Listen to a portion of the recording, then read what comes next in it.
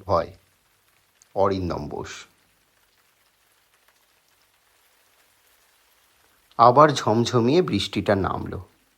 চায়ের দোকানেই থামতে হলো অগত্যা। ভিতরের দিকের বেঞ্চে রাখলাম হেলমেট, চশমা আর পিঠের ব্যাগটা। এত বৃষ্টিতে লোকজনও নেই, তাই পুরো বেঞ্চটাই দখল করলাম গুছিয়ে। বাঁশের খুঁটিতে আলতো হেলান দিয়ে খানিকক্ষণ মোবাইলে নিলাম চোখ বুলিয়ে। রাত আর বৃষ্টি পাল্লা দিয়ে বাড়ছে, সাথে জুটেছে কনকনে জোলো হাওয়া। এতক্ষণে খেয়াল করিনি আমি একা নই, একটা কালো কুকুর করেছে ধাওয়া। মানুষ ছাড়া সব প্রাণীতেই আমার অস্বস্তি। বুকটা ধরপড় করে উঠল এক নিমেষে। সেই কুকুরটা কাছে এলো, চারপাশে ঘুরে নড়ে চড়ে বসলো ঠিক আমার পাশে। বৃষ্টি বাড়ল, হাওয়া পাল্টালো ঝড়ে। কুকুরটার গায়ের একটা বিটকেল গন্ধ আমার অস্বস্তিকে বিরক্তিতে বদলালো।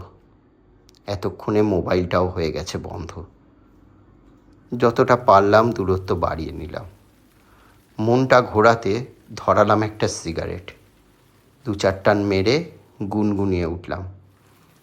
বিদ্যুৎ খেলে যেতেই চোখে পড়ল হঠাৎ কালো কুকুরটার চোখ আমার দিকে।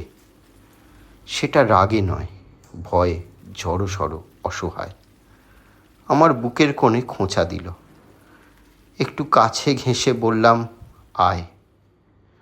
চোখ বুঝে আবার শুলো কালু। এতক্ষণে আমার মনটা ভালো লাগছে। এবার ওর মাথায় হাত রাখলাম। কালু বড্ড আদুরে, শুধুই লেজ নাড়ছে। বৃষ্টি থামতেই আকাশে ফুটলো আলো। দাঁড়িয়ে ব্যাগ থেকে ঝেড়ে নিলাম বালি।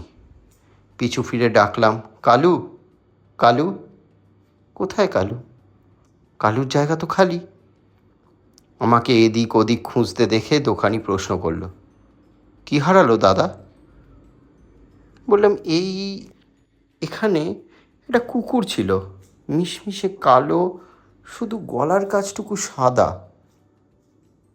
সারাটা রাত এইখানেই ছিলেন বুঝি বসে? চাটা কিছু খাবেন?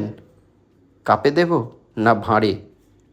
এরপর একটু থেমে কানের কাছে এসে বলল, ও 2 দিন ধরে পড়ে আছে ওই লাইনের ধারে।